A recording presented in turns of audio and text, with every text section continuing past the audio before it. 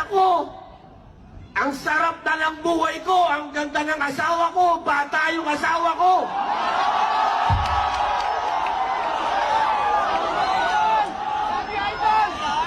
Pwede naman akong makartista, ang daming leading lady.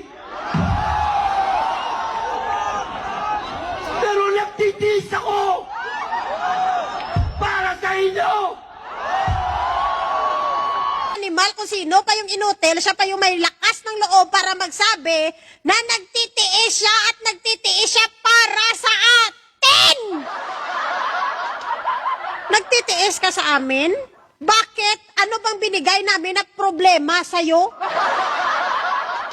Ha? Wala sa Pilipino ang problema. Ang problema nasa inyo nga mga inutil ka mo. Kung sinasabi mong nagtitiis ka sa amin, ang kapal ng pagmumukha mo nga linti ka.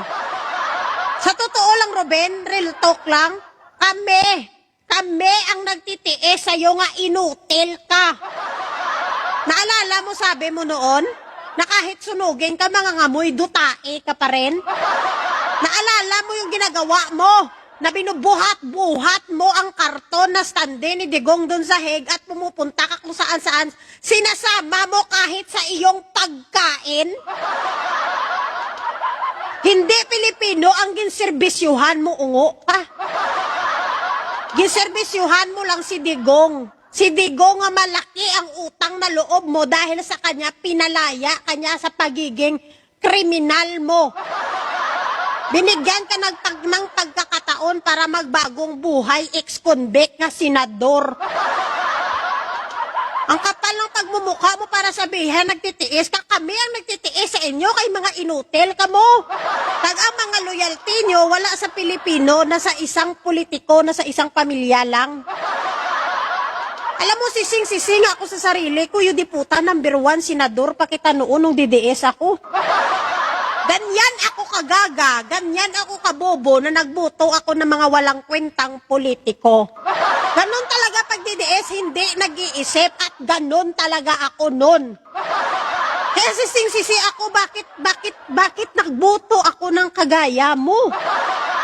Binoto kita, Ruben, dahil famous ka. Binoto kita dahil artista ka. Binoto kita dahil unitem, diputa.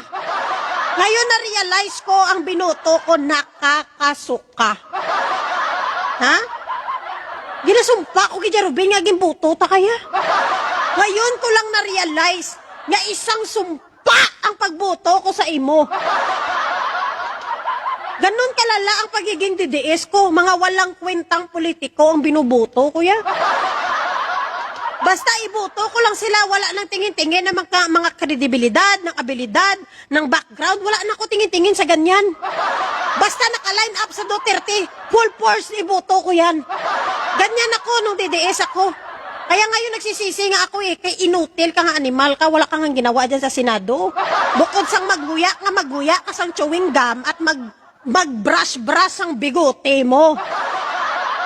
Tapos, pag nasa majority kayo, feeling mo ikaw na yung siga.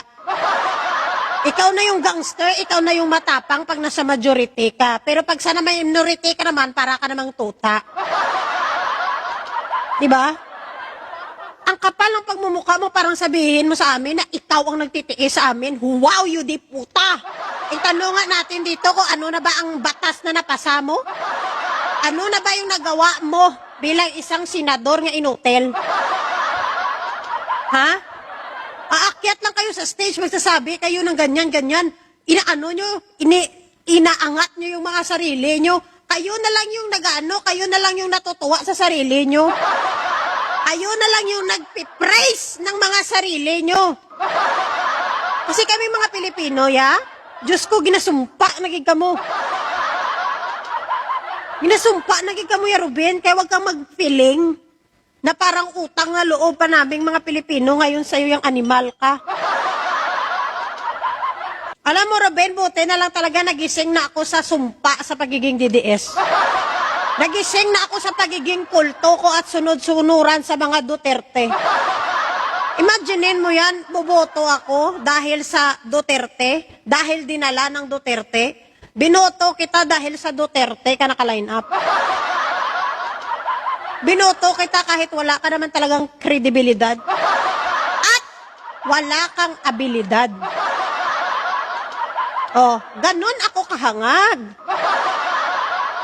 Pero ngayon na nagising na ako sa katotohanan, hindi putag na sumpa, takaboy. At hindi ko na uulitin pa ulit na magboboto lang ako dahil sikat or dahil niline up doon sa mga politiko. No way! Kaya sa 2028, tingnan natin kung sino yung mga deserving. Tingnan natin kung sino ang karapat-dapat, yung may abilidad, kredibilidad. Yon ang dapat nating iboto. Huwag tayong bumoto ulit ng mga bobo na politiko.